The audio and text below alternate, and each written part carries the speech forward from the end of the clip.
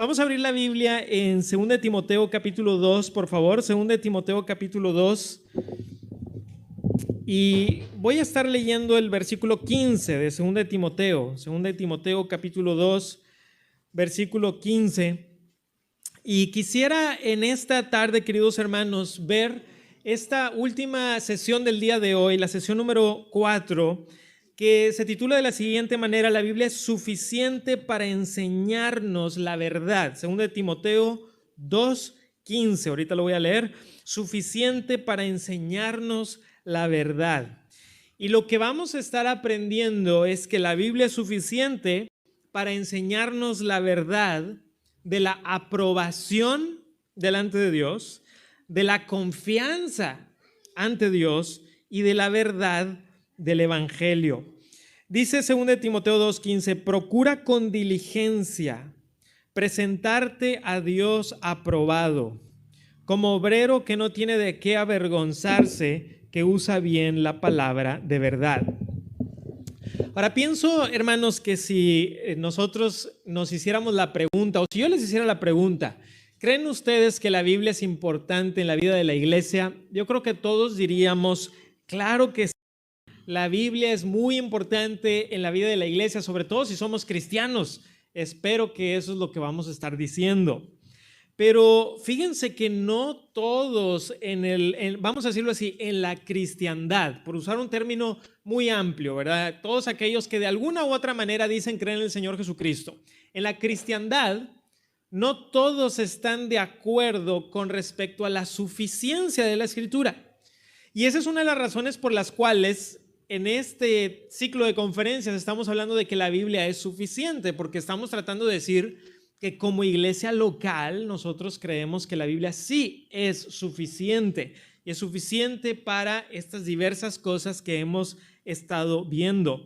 Pero qué trágico es cuando incluso en iglesias cristianas, iglesias evangélicas, cuyo nombre evangélico supuestamente, ¿qué significa? Que creemos en el evangelio que está revelado en las Escrituras. Qué increíble que incluso en iglesias evangélicas se empiece el día de hoy a pensar que la Biblia es importante, pero que hay otras cosas más importantes que la Escritura. Y que si queremos impactar al mundo, imagínense ustedes, queridos hermanos, que a veces se dice, si queremos impactar al mundo necesitamos un poquito menos Biblia. Necesitamos menos Biblia, necesitamos más acción, necesitamos cosas que a la gente le llame la atención, necesitamos cosas que, ¿verdad?, para poder atraer a más personas. Ahora vamos a hablar un poquito más de eso el día de mañana, acerca de cómo la Biblia debe de regir lo que hacemos como iglesia. No podemos simplemente decir, bueno, se me ocurre que este domingo vamos a hacer esto y el próximo domingo se me ocurre otra cosa, y queremos innovar sobre lo que las Escrituras nos dicen, sobre lo que Dios nos ha dejado en su palabra. Eso lo vamos a ver el día de mañana. Lo que vamos a ver el día de hoy es que la Biblia es suficiente para enseñarnos la verdad. Y en específico, hermanos, nos vamos a centrar en 3 aspectos de la verdad. Porque, por supuesto, que tenemos 35 o 45 minutos y no vamos a ver todo lo que la Biblia nos enseña de la verdad. Necesitaríamos mucho tiempo para eso. Pero nos vamos a centrar en 3 aspectos que este pasaje que acabo de leer nos enseña. La verdad de la aprobación delante de Dios. ¿Qué es lo que Dios aprueba? La Biblia nos es suficiente para enseñarnos qué es lo que Dios aprueba. Después vamos a ver la verdad de la confianza ante Dios. La Biblia nos dice cómo es que podemos tener confianza delante del Dios omnipotente. Y tercero, vamos a ver que la Biblia es suficiente para mostrarnos la verdad del evangelio verdadero. Así que vamos a verlo una por una. Primeramente vamos a ver la verdad de la aprobación de Dios. La verdad de la aprobación de Dios. Ahora les recuerdo en dónde estamos. Estamos en 2 de Timoteo 2:15, y el pasaje, este versículo comienza diciendo: procura con diligencia presentarte a Dios aprobado. Hermanos, en esta carta Pablo está instruyendo a este pastor este pastor llamado Timoteo sobre la manera en que debe comportarse como un obrero de Dios. Un obrero de Dios debe de ser valiente. Por ejemplo, en 2 de Timoteo, en el capítulo 1 y en el versículo 7, miren conmigo cómo dice el 1:7 de esa misma carta.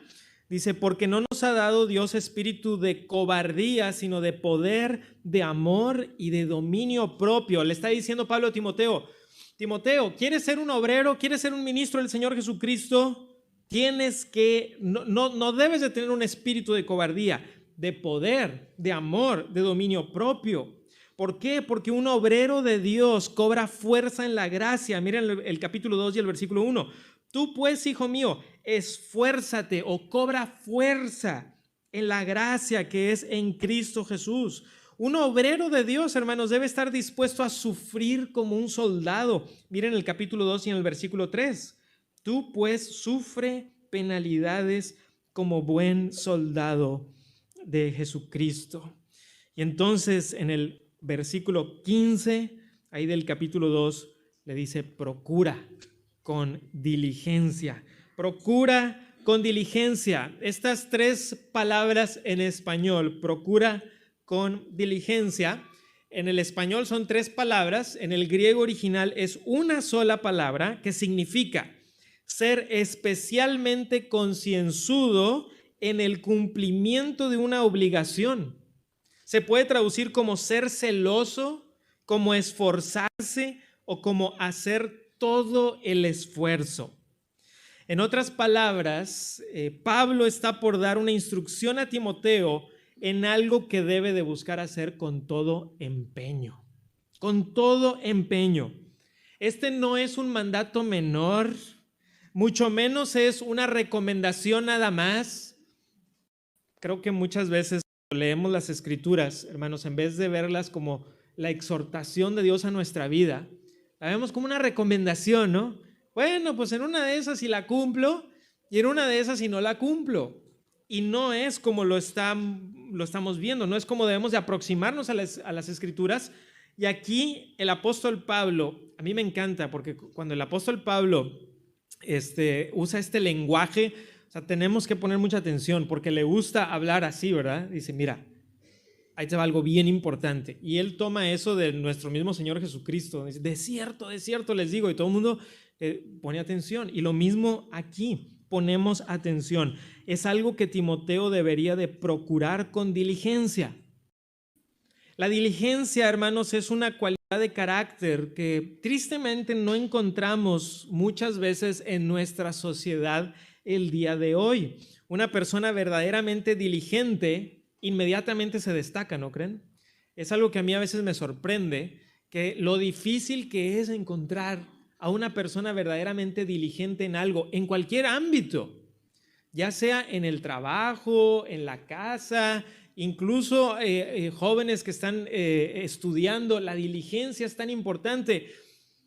Y también en este ámbito espiritual, hermanos, qué importante es poner toda diligencia a las cosas que Dios pone delante de nosotros. Y de estas muchísimas cosas de las cuales Pablo le está diciendo a Timoteo, porque le está diciendo, mira, tienes que sufrir penalidades, mira, tienes que ser valiente, y todas estas cosas le dice, mira, hay una gran prioridad, Timoteo, preséntate delante de Dios aprobado. Preséntate delante de Dios aprobado. Hay una frase interesante en el idioma original porque lo dice así: procura con diligencia tú mismo presentarte delante de Dios aprobado. Tú mismo. Hay un énfasis. Es como el apóstol Pablo le está diciendo a Timoteo, mira Timoteo, tú, o sea, te estoy hablando a ti. No sé si alguna vez les haya pasado eso, ¿verdad? Que alguien te está hablando y no sabes si te está hablando a ti o no, ¿verdad? Y estás volteando, ¿verdad? Hasta que no, a ti te estoy hablando. Ah, ok. Procura con diligencia tú mismo Ahora, por supuesto, nosotros recibimos esa aplicación a nuestras vidas, pero imagínense cómo la está recibiendo Timoteo la primera vez que está leyendo esta carta.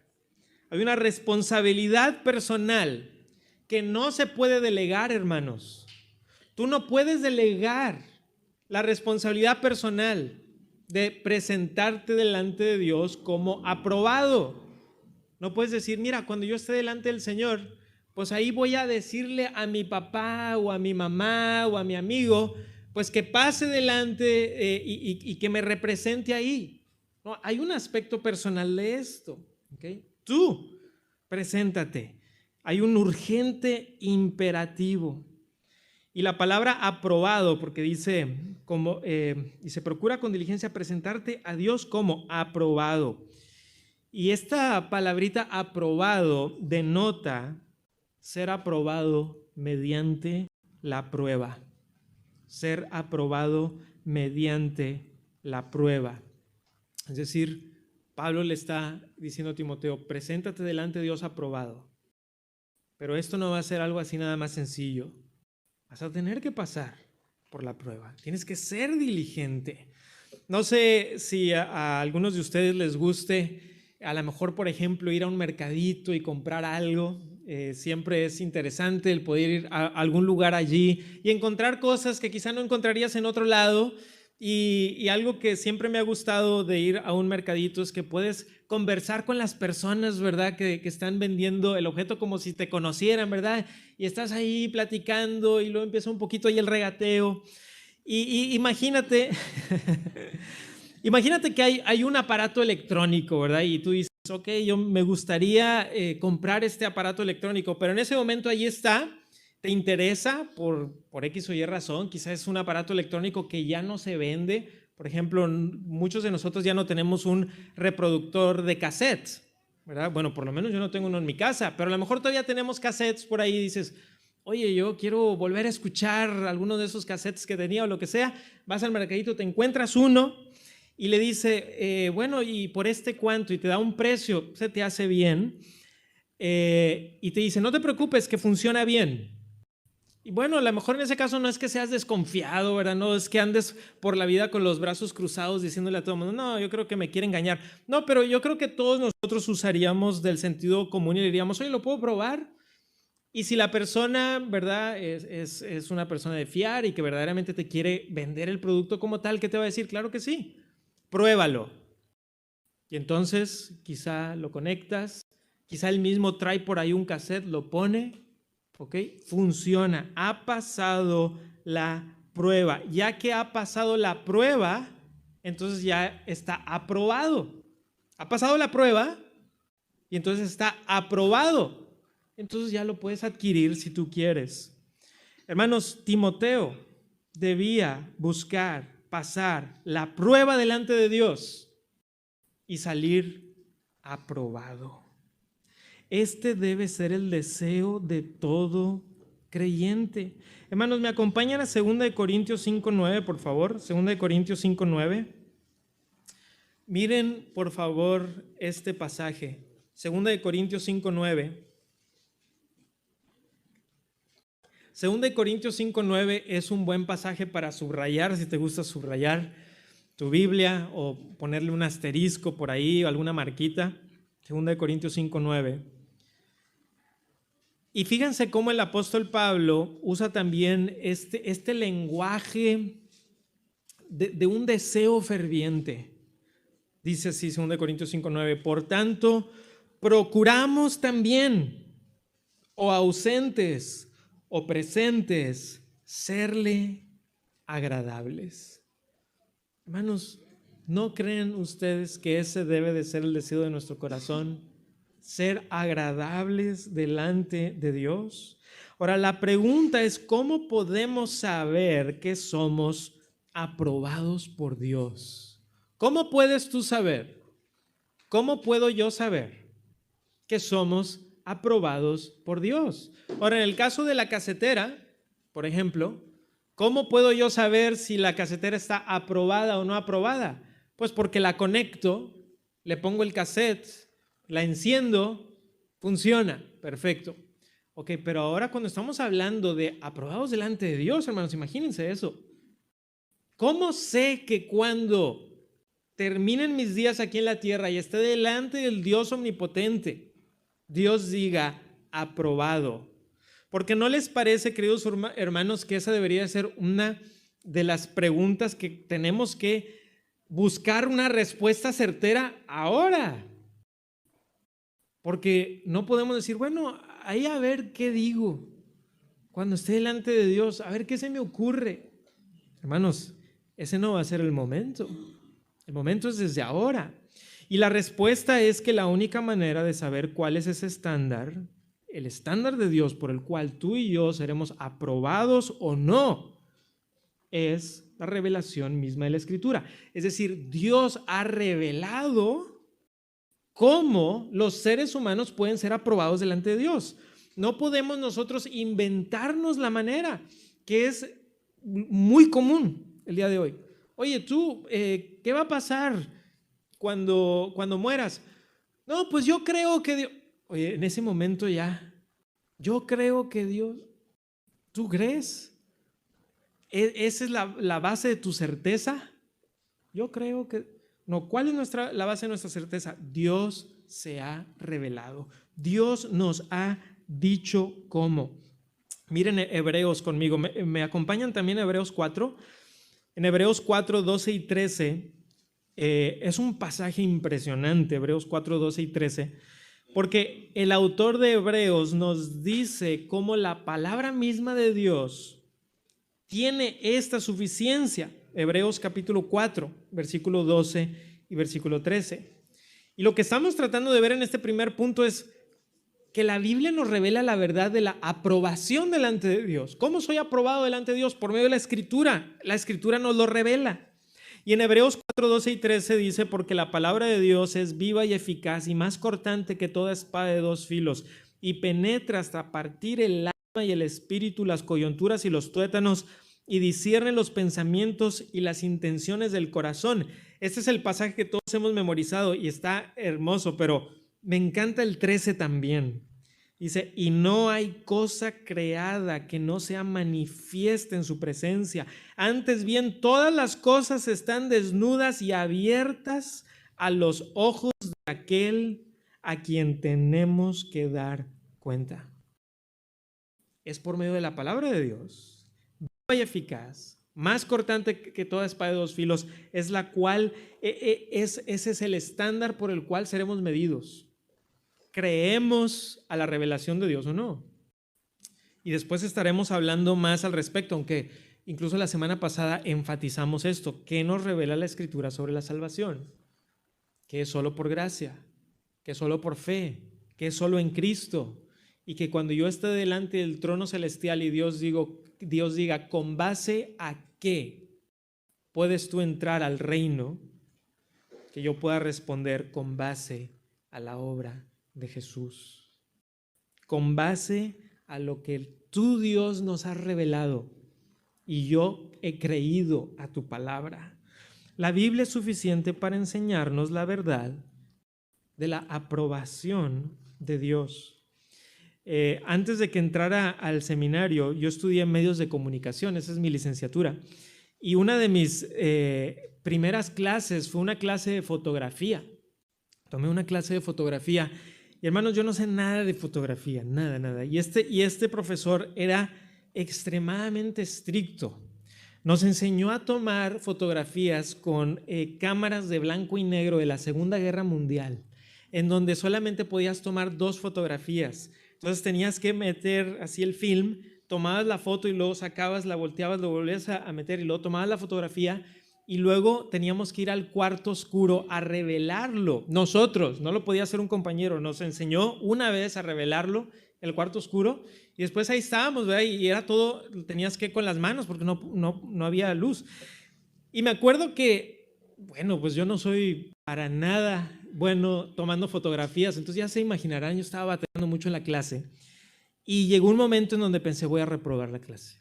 O sea, me está yendo muy mal, voy a reprobar la clase. Y yo estaba bien preocupado porque en la universidad donde estudié no te daban oportunidades segundas. Si reprobabas, tenías que volver a cursar la clase. Y yo estaba, ¿qué voy a hacer? Entonces fui a hablar con el profesor, el Mr. Ramsey, se llamaba el profesor, pero bien estricto él, una persona así estricta. Y yo iba repasando, ¿qué le voy a decir? Iba nerviosísimo, pero nerviosísimo. Entonces fui a su oficina y así con la boca seca y todo, ¿no? Le di un speech, la verdad. No, es que Mr. Ramsey, que esto y que el otro, que estoy batallando, pero estoy haciendo mi mejor esfuerzo. Y él tenía, no revelaba en su cara, ¿no? Simplemente me estaba viendo, ya. Me escuchó y luego al final me dice, ya hice las calificaciones y pasaste. Sí, o sea, hasta el final, después de todo el sufrimiento, ya hice las calificaciones y pasaste. Yo, y en ese momento respiré y dije, bueno, qué bueno, gracias, señor Ramsey.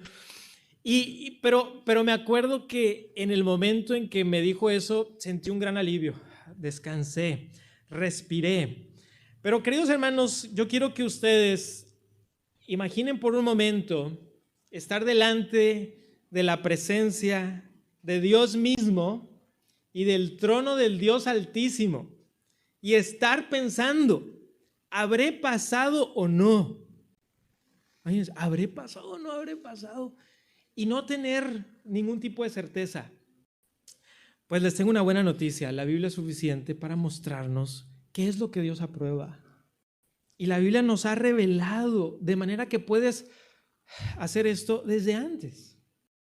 ¿Por qué? Porque sabes que es Cristo el que te ha salvado, que es por los méritos de Cristo que eres salvo, que es por la obra del Señor, por la fe en Él. Y para que no estés pensando allá a ver qué pasa, sino que puedes decir, yo sé qué va a pasar, ¿verdad? ¿Por qué? Porque he confiado en Jesús. Entonces, la Biblia nos enseña esto, nos enseña la verdad de aquello que Dios aprueba. Pero eso me lleva a un segundo punto. Vamos a ver ahora la verdad de la confianza ante Dios, la verdad de la confianza ante Dios. Pueden regresar conmigo a nuestro texto de 2 Timoteo 2:15. Primeramente dice, procura con diligencia presentarte a Dios aprobado. Luego miren lo que dice, como obrero que no tiene de qué avergonzarse. Como obrero que no tiene de qué avergonzarse. Me parece interesante las palabras que Pablo usa para referirse a aquellos que dedican su vida al servicio del ministerio. Y no nada más a los que dedican su vida al servicio del ministerio, como en el caso de Timoteo, ¿verdad? Que era pastor, sino que también aplica esto de cierta manera a todos nosotros. ¿Cómo se llama a sí mismo el apóstol Pablo? ¿Cuál es su carta de presentación? Siervo, esclavo literalmente, la palabra doulos, ¿verdad? Soy siervo, soy esclavo del Señor Jesucristo, soy soldado, soy un obrero. Ya se fijaron que Pablo no usa nomenclatura como dueño, príncipe, general, jefe, sino que él más bien se ve como un servidor del Dios Altísimo. Y ahora, por supuesto que somos hijos de Dios y somos hechos hijos de Dios y de ninguna manera negamos esas hermosas verdades. Pero una realidad es que cuando el apóstol Pablo se está presentando delante de la iglesia, típicamente la manera en que se presenta es de esta manera: soy un obrero, soy un soldado, soy un servidor. Un obrero es un trabajador en servicio de otro, y así debía de ser la vida de Timoteo, al igual que la vida de todo creyente que quiere servir a Dios. ¿Por qué? Porque desde los tiempos del apóstol Pablo ya había obreros fraudulentos. Vayan conmigo a 2 Corintios 11, por favor. 2 Corintios 11, y recuerden que ahorita vamos a regresar a 2 Timoteo. Pero vamos a 2 Corintios 11. 13 al 15, 2 Corintios 11, 13 al 15. A lo mejor alguna vez tú has dicho, ¿por qué será que hay tantos obreros fraudulentos el día de hoy? Incluso dentro de la iglesia evangélica vemos una proliferación de falsas enseñanzas y falsos maestros. Pues yo creo que Pablo te diría, mira, también en los tiempos del apóstol Pablo, Miren, en 2 Corintios 11:13 dice, porque estos son falsos apóstoles, obreros fraudulentos que se disfrazan como apóstoles de Cristo. Y no es maravilla porque el mismo Satanás se disfraza como ángel de luz. Así que no es extraño si también sus ministros se disfrazan como ministros de justicia, cuyo fin será conforme a sus obras. Hermanos, esto es importante que sepamos. Hay ministros de Satanás que se disfrazan como ministros de justicia. Imagínense lo que está diciendo aquí el apóstol Pablo. Hay ministros de Satanás, son obreros de Satanás, siervos satánicos, pero que se presentan a sí mismos como siervos de justicia, como servidores de Dios. Hace algunos meses mencioné que uno de los grandes obstáculos el día de hoy para llegar a Dios es la religión. Es uno de los grandes obstáculos el día de hoy porque la gente cree que por su religión va a llegar a Dios, o por determinado rito, o por determinado mediador que no sea Cristo. Pues ya desde los tiempos del apóstol Pablo.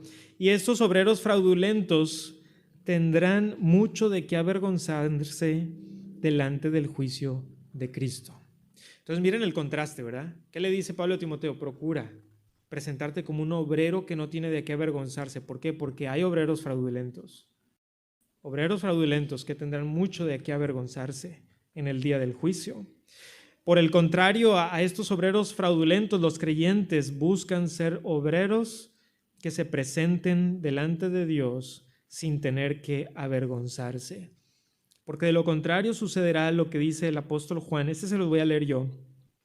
Primera de Juan 2:28, si están tomando apuntes, Primera de Juan 2:28 dice, y ahora, hijitos, permaneced en Él, o sea, en Jesús, para que cuando se manifieste tengamos confianza.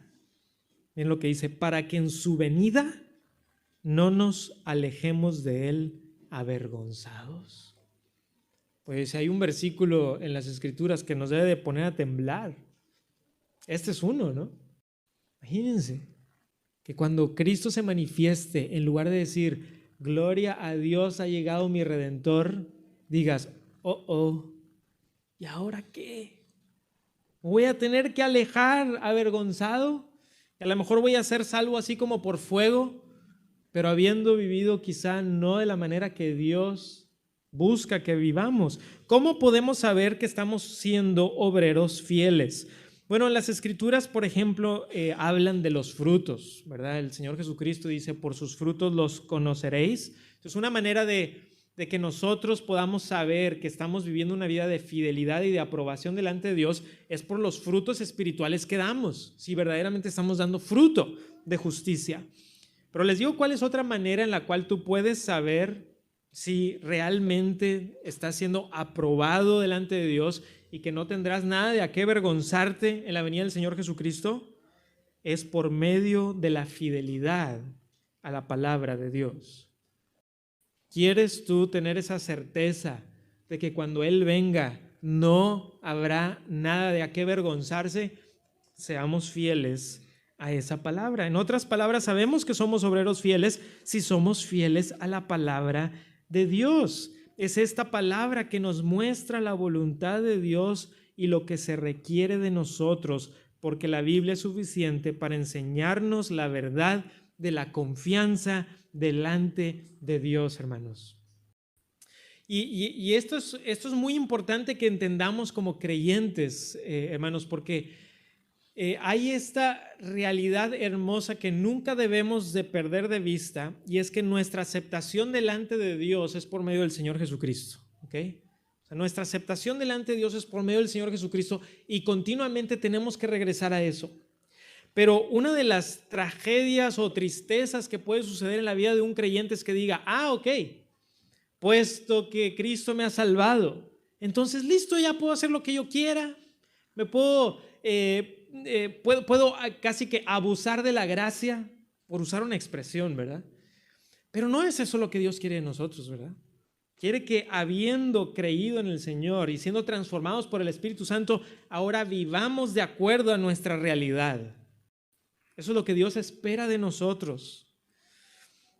Cuenta la historia de un rey en el tiempo antiguo que era un rey estricto y era un rey duro y que no dejaba que nadie se acercara a él a menos que fuera previamente aprobado. Y en una ocasión estaba el rey, estaba su corte también delante del rey y de repente entra ahí a esa corte del rey un niño de 6 años y empieza a acercarse al trono y muchas personas empiezan a entrar en pánico. Alguien detenga a ese niño, alguien detenga a ese niño. Y entonces una de las personas que estaba ahí empieza a calmar a los demás. Momento, es el hijo del rey, es el hijo del rey, está aprobado. Y entonces el niño se acerca con toda la confianza delante del rey y el rey lo abraza. ¿Por qué? Porque era su propio hijo. Tenía la aprobación del rey. Hermanos, por la gracia de Dios tenemos un rey amoroso al cual nos podemos acercar con confianza, porque hemos sido hechos hijos de Dios y por medio de esta adopción y por la sangre del Señor Jesucristo podemos tener confianza. Pero regresemos continuamente a la Escritura. Regresemos continuamente a la palabra de Dios. ¿Quieres saber cómo serás aprobado delante de Dios? Dios te ha dicho cómo. Dios te ha dicho cómo. Ve a la Escritura. Entonces, hermanos, estamos diciendo que la Biblia es suficiente para enseñarnos la verdad. Y hemos visto dos aspectos: la verdad de la aprobación delante de Dios, cómo soy aprobado delante de Dios, y la verdad de la confianza ante Dios. Soy aprobado por medio del Señor Jesucristo y mi confianza, como vamos también a ver un poquito más, tanto hoy como mañana, es por medio del Señor Jesucristo.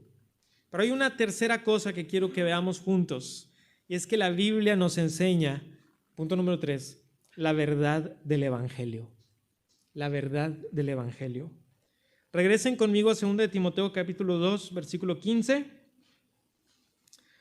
Procura con diligencia presentarte a Dios aprobado, como obrero que no tiene de qué avergonzarse. Y ahora vamos a ver que usa bien la palabra de verdad, que usa bien la palabra de verdad. Usa bien. Esta es una palabra griega. Como todo el Nuevo Testamento se escribió en griego, es la palabra orthotomeo, que se usaba tenía un significado en la antigüedad, en el griego clásico, de cortar el paso para hacer un camino derecho. Entonces la idea era que tienes un lugar, ¿verdad?, en donde hay a lo mejor árboles o hay matorrales, etcétera, y entonces se da la instrucción: vamos a hacer un camino derecho. Entonces empezaba, ¿verdad?, a podarse, empezaba a preparar ese camino derecho. Hasta el día de hoy, ¿verdad? Por ejemplo, en nuestra ciudad, todos los caminos, ¿verdad?, primeramente se tuvieron que hacer cuando habían muchas cosas, ¿no? Nada más que a veces los caminos están para todos lados, ¿no? Y uno le va sacando las vueltas a las cosas y parece, bueno, ¿y quién fue el que dijo que esto estaba derecho? Parece que no. Pero en las Escrituras, esa era la idea de esta palabra, hacer un camino derecho. Y Pablo le está diciendo a Timoteo que su manejo de la palabra de verdad debe de ser así, como cortar un camino derecho. En el contexto, Timoteo debía evitar las vanas palabrerías que terminarían desviándolo. Miren en el versículo 18, ahí del capítulo 2, está hablando de Himeneo y Fileto, y dice el versículo 18, que se desviaron de la verdad, diciendo que la resurrección ya se efectuó y trastornan la fe de algunos. Entonces estaban aquí estas dos personas, Himeneo y Fileto, que en lugar de estar trazando un camino recto, se habían desviado de la verdad. Y quiero que vean, queridos hermanos, que la desviación de la verdad que Himeneo y Fileto estaban haciendo es una desviación doctrinal. ¿Se dieron cuenta? Era un problema de doctrina. Decían que la resurrección ya se había efectuado y trastornan la fe de algunos. Entonces ellos estaban diciendo, no, ya estamos todos resucitados, ya resucitamos todos. Y el apóstol Pablo está diciendo, estás equivocándote, el Señor Jesucristo ha resucitado, nosotros hemos de resucitar. Y entonces ellos estaban enseñando cosas que para mucha gente les sonaba bien, pero era un error doctrinal. Y lo que Pablo le está diciendo es, tú usa bien la palabra de verdad. Tú traza un camino recto. ¿Y cuál es la palabra de verdad? Bueno, déjenme les leo un pasaje en Efesios, se los voy a leer yo, en donde Pablo define esta palabra de verdad. Efesios 1:13 dice, en él también vosotros, habiendo oído la palabra de verdad, ¿cuál es? El evangelio de vuestra salvación. Y habiendo creído en él, fuisteis sellados con el Espíritu Santo de la promesa.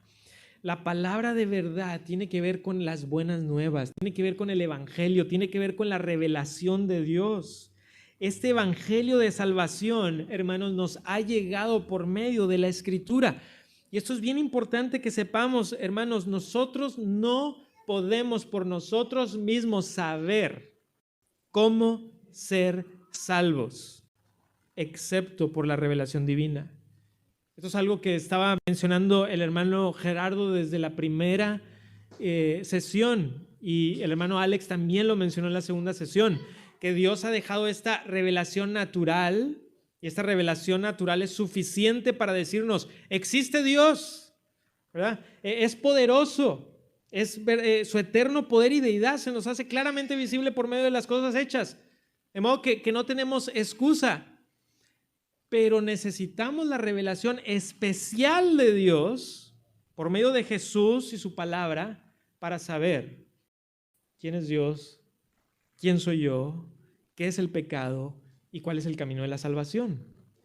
Yo no puedo nada más salir y ver las estrellas y decir, existe un Dios, su nombre es Jehová, yo soy un pecador, pero Él ha enviado a su Hijo Jesucristo a morir por el mundo, pero si yo pongo mi fe en Él, seré salvo. ¿Dónde lo viste? Ahí, en las estrellas. No, las estrellas te dicen, tú eres muy pequeñito. Las estrellas te dicen, hay un Dios muy grande. Pero necesitamos la revelación de Dios para que sepamos, hay un Salvador y su nombre es Jesús. Y tú debes de poner tu fe en ese Salvador. La Biblia es suficiente para mostrarnos la verdad del Evangelio.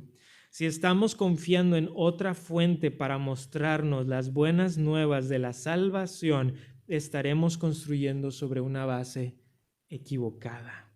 Ninguno de nosotros quiere estar construyendo sobre una base equivocada.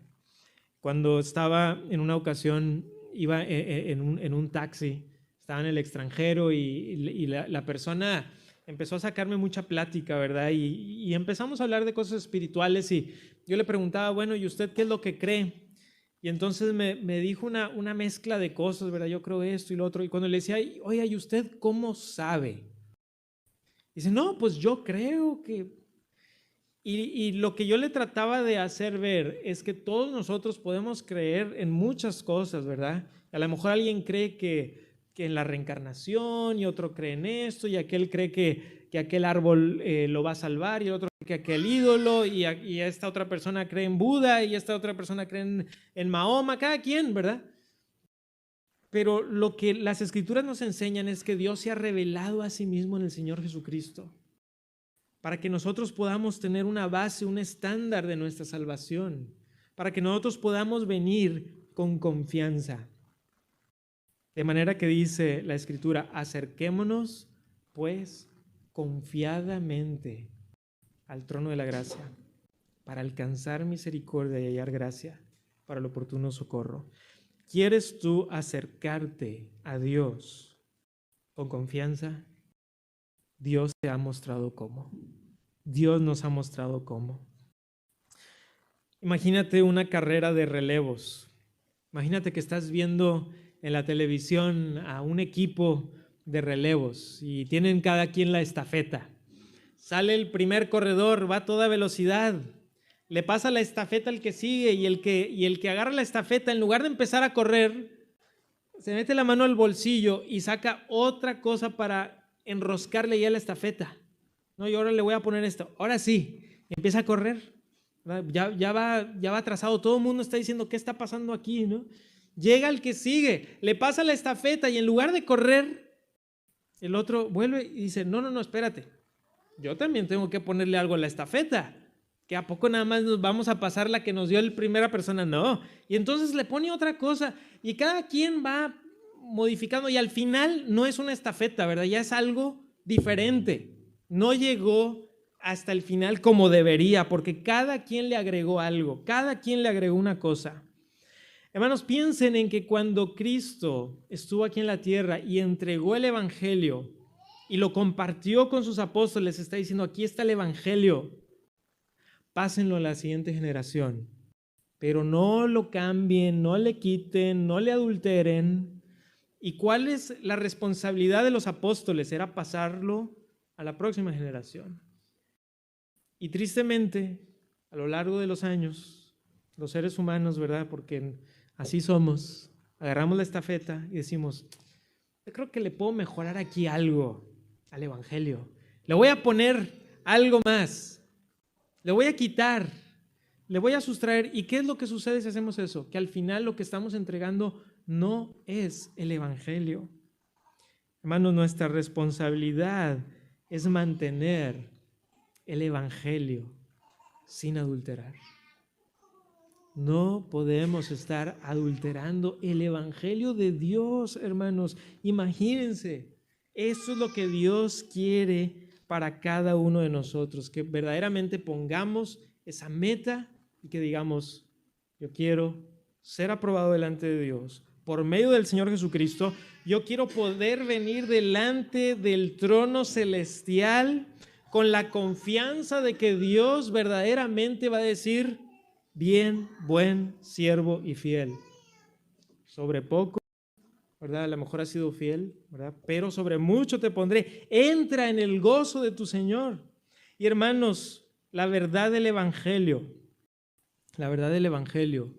nos es dada por medio de la Sagrada Escritura. Así que pidamos de la gracia de Dios para tener esta confianza, hermanos, de que la iglesia ha recibido la revelación de Dios por medio de la Escritura y que la Biblia es suficiente. Así que, queridos hermanos y queridos amigos, yo quiero exhortarles el día de hoy delante del Señor para que sea ahora que tú puedas verdaderamente decir cuando esté ante el trono celestial, ¿cómo es que sabré que seré aprobado? Y al final tienes dos opciones, o es algo que tú has hecho o es algo que Él ha hecho, es algo que Jesús ha hecho. Pon tu confianza en Cristo, pon tu confianza en el Salvador para que verdaderamente encuentres en Él la salvación de tu alma. Vamos a orar. Gracias te damos, Padre Celestial, porque nos permites de palabras, Señor. Gracias, Señor, porque eres un Dios bueno con nosotros. Y te rogamos, Padre Celestial, que nuestra confianza esté en ti y que podamos nosotros decir, como dice aquel himno, no necesito obra hacer, ni rito observar, me basta que Jesús murió en mi lugar. Gracias, Dios, porque tu palabra es suficiente para mostrarnos quién eres tú.